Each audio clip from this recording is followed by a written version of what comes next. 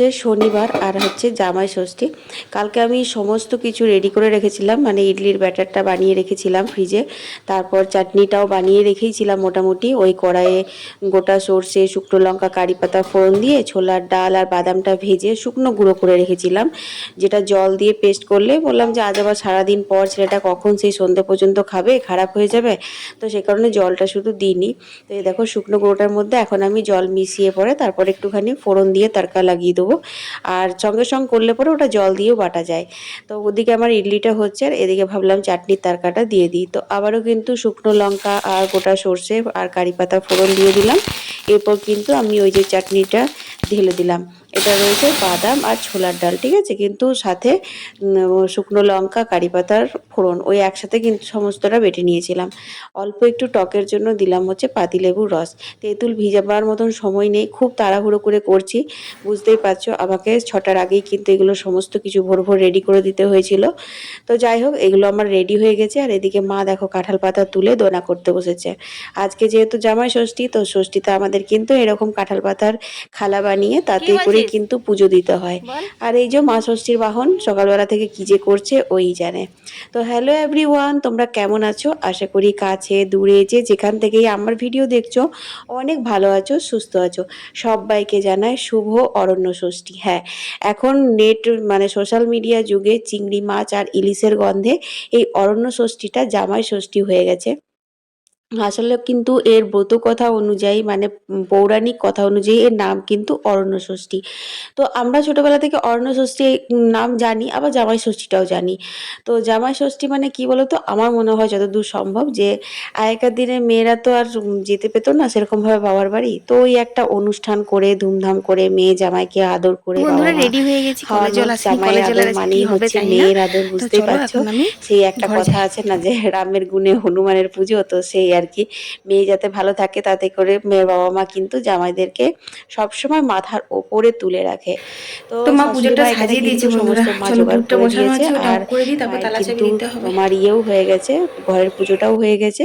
আর দেখো আমি ready steady go হবো এবার। তার তো ওখানে চলে এসেছে কলের জল। আমার না কোথাও যাওয়ার সময় এরকম রেডি হয়ে জল টল নিতে বা ঘরের কাজ করতে একদম ভালো লাগে না। তার আবার যদি এরকম বীভৎস গরম থাকে, কি গরম গো, কি গরম, বাপরে বাপরে। তবে হ্যাঁ, একটা কথা কি বলতো, আমি আমার বাবার বাড়ি যেতে পাই না জামাই ষষ্ঠী করতে, কিন্তু আমার বাবা আসবে আজকে বাটা নিয়ে। তো বাবা দেখবে বৃষ্টি নিয়ে আসবে, কারণ বাবা না বৃষ্টির পোকা। মা বলতো, ছোটবেলা থেকে শুনে এসেছি বাবাকে বৃষ্টির পোকা।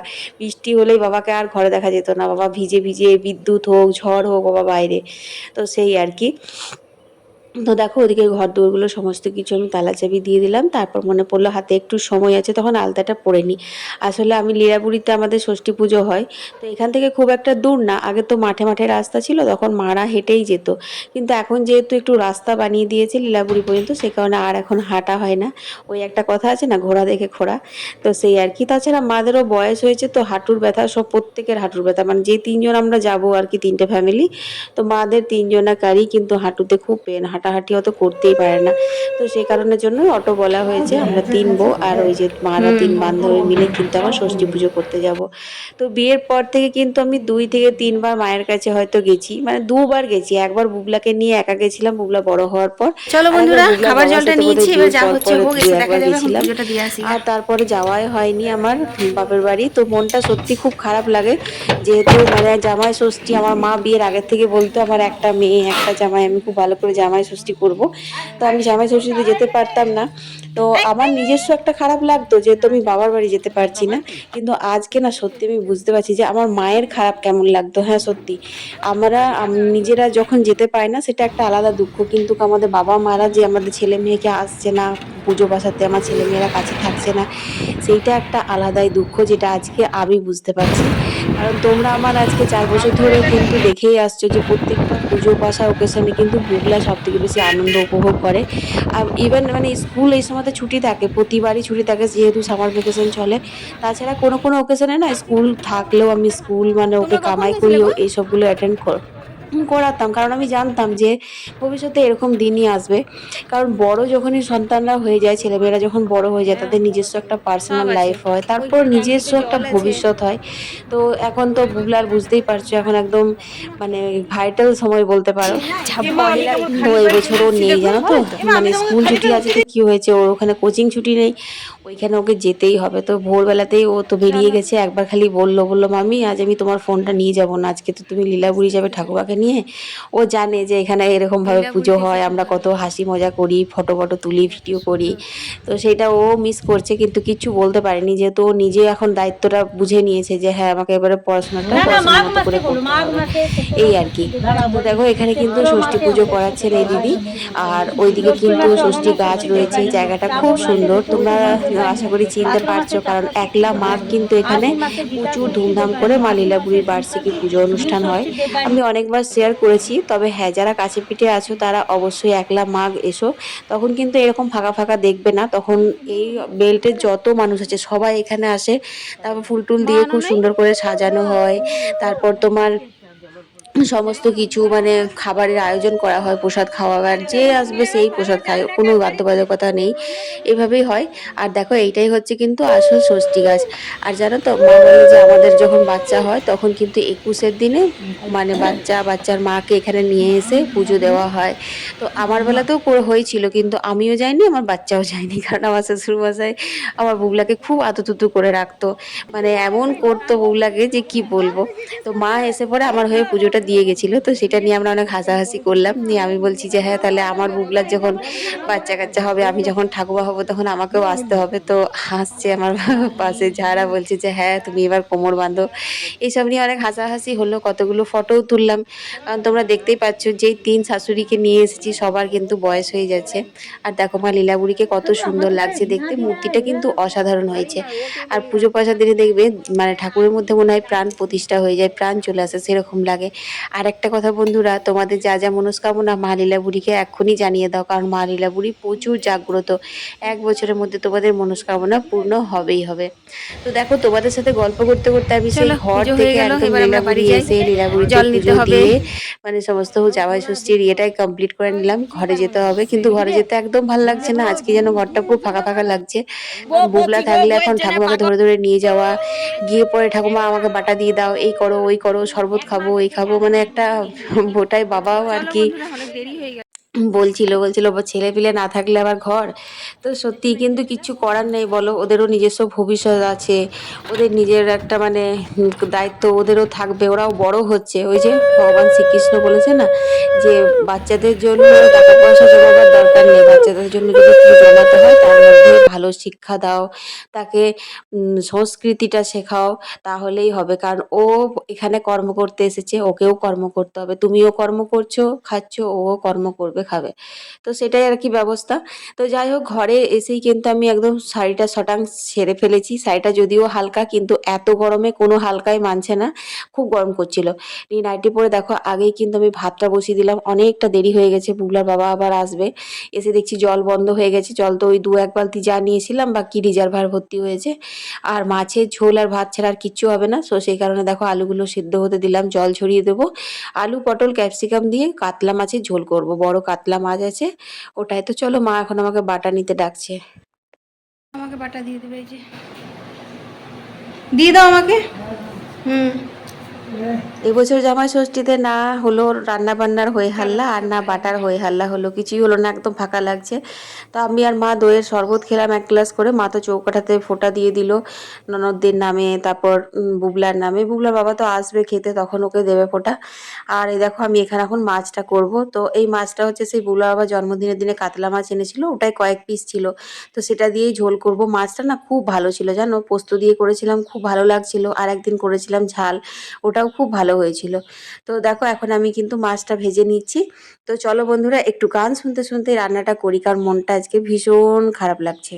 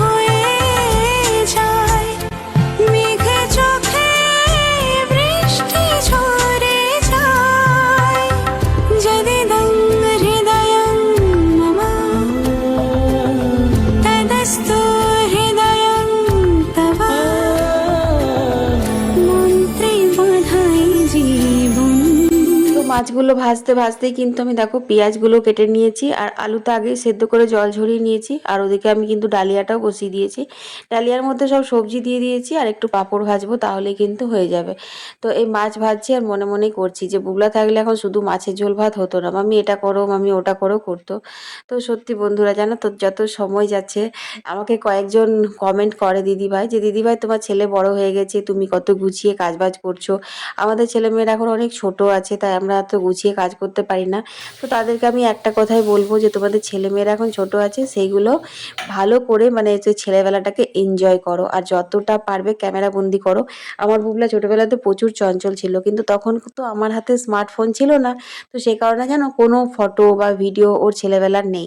যখন থেকে আমার ফোন ফোন হয়েছে বা ফোন হওয়ার অনেকদিন পরে আমি সোশ্যাল মিডিয়া সম্পর্কে জেনেছি, তখন থেকে কিন্তু বুবলার টুকটাক টুকটাক করে ভিডিওগুলো করতাম। তো তখন তো বুবলা বেশ বড়, মানে পৈতের পর বুবলার পৈতে পর্যন্ত বুবলার মানে কোনো রেকর্ডিং নেই। যে আমি ভাবি একবার করে যদি এটা আগে শুরু করতাম, তাহলে বুবলার পৈতের কিছু ভিডিও থাকতো, যেগুলো এখন আমার কত ভালো লাগতো। কারণ যত বড় হচ্ছে বুবলার মধ্যে অনেক পরিবর্তন আসছে, আরও আসবে আগামী দিনে। তো বাচ্চাদের যখন মাদের কাছে জানো তো, ছেলেমেয়েরা যখন ছোট থাকে তখন মনে হয় কত জ্বালা, যখন বড় হবে তখন কত ভালো হবে, কিন্তু যখন বড় হয়ে যায় না, তখন একদম পুরো ফাঁকা ফাঁকা খালি খালি লাগে বন্ধুরা। মনে হয় ছোট ছিল তখনই অনেক ভালো ছিল। তো বন্ধুরা আজকে কিন্তু একটু লাল লাল করে করেছি মাছের ঝোলটা, আলু পটল দিয়ে জিরে গুঁড়ো ধনে গুঁড়ো দিয়েছি, আর কালো জিরে ফোড়ন দিয়েছি, আর অল্প একটু লঙ্কা গুঁড়ো ঝাল দিয়েছি। এই যা, আর কিছু দিইনি, আদাও দিইনি, রসুনও দিইনি। তো এটা রান্না করতে করতে মা ফোন করেছিল। আর ওই দেখো ওইখানে কুকারে ডালিয়া বসিয়ে দিয়েছি। তো মাছটা রান্না করতে করতে মায়ের ফোন এসেছিলো, তো ফোন করতে করতে করে নিলাম আর মশলাটা। ওই জন্য তোমাদের সঙ্গে শেয়ার করা হলো না, আসলে দেরিও হয়ে গেছে। মাও বলছে যে এখনও রান্না করছি যে গরমটাতে। কটা বাজে বলো তো, 1:45 বলে বাবা আসবে আবার। কিছুক্ষণ ফোন ঘাটাঘাটি করলাম বলে, নাহলে আরেকটু আগে হয়ে যেত। তো চলো ডালিয়াটা সিটি পড়ুক, গ্যাসটা মুছে আমাদের জন্য একটু পাঁপড় ভাজবো, পাঁপড় ভাজা আর ডালিয়া খাবো, আর ঝোল আর ভাত বুবলার বাবার জন্য। আর আমার বাবা আসছে, বিকেলে আসার কথা ছিল, কিন্তু বিকেলের ট্রেনগুলো খুব ভিড় থাকে বলে এখনকার ট্রেনেই আসছে না। বাবা ভাত খেয়ে এসেছে, ইডলি যদি খায় তো দেবো, আর নাহলে যদি ভাত খাবো বলে তখন ভাতই দেবো, চাল দেওয়াই আছে। তো চলো আমি একটু পাখার তলায় বসি, আমি পুরো ঘেমে গেছি, জামা টামা সব ভিজে গেছে একবারে। মারাত্মক গরম, এক ফোঁটা বৃষ্টি নাই, এক ফোঁটা না। বাবা আসছে, যদি বৃষ্টি নিয়ে আসে তো আসুক।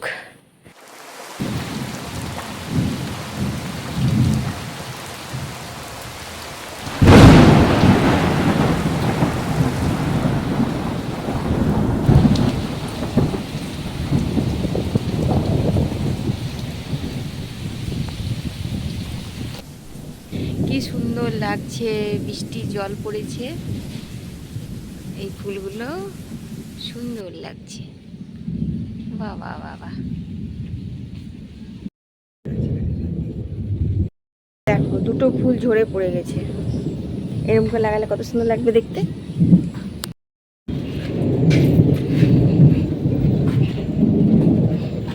চলো চুল টুল বাঁধা হয় না, চুলটা বেঁধে এটা এমনি করে খোপাতে লাগিয়ে নেবো। ফুলগুলো খুব শক্ত শক্ত ফুল, এখনো মেঘ গুড় করছে, বিদ্যুৎও দিচ্ছে।